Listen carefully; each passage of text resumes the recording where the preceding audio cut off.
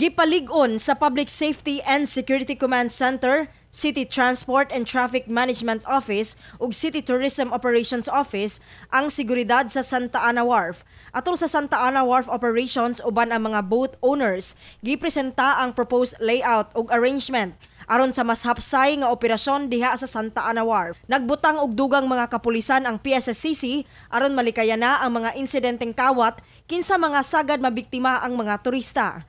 It's an offshoot doon sa mga reklamo na naay mga local and local tourists nato na nabiktima ani.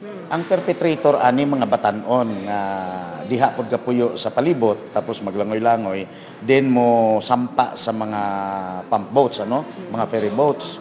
Kung makakita og oportunidad ilang habloton tong mga gamit and then mo dive sa tubig tapos dito mo diretso sa ilawom anang backyard. Gawas usab niini aron mas organisado na ang tanang mugawas og sulod sa wharf, magbutang ang City TMO og railings gikan sa Pier 2 diin manukad ang tanang mga motabok pasamal. Ang atong i-identify pag sulod nimo mag-drop off lang siya din mo ato sa parking area, designated parking area in between sa Pier 1 ug sa Pier 2. Pila ka ka meters na? 300 meters na. 300 meters na pingod dito nya napa koy 45 meters diri. 45 meters nga both sides kay para dito mo kaaging tao nga ma-check sila. Dinhi sa Pier 2 ang designated drop-off para ngadto sa mga motabok pasamal. Kinahanglan sab nga musumite ang tanan sa ipahigayong inspection para sab sa atong safety.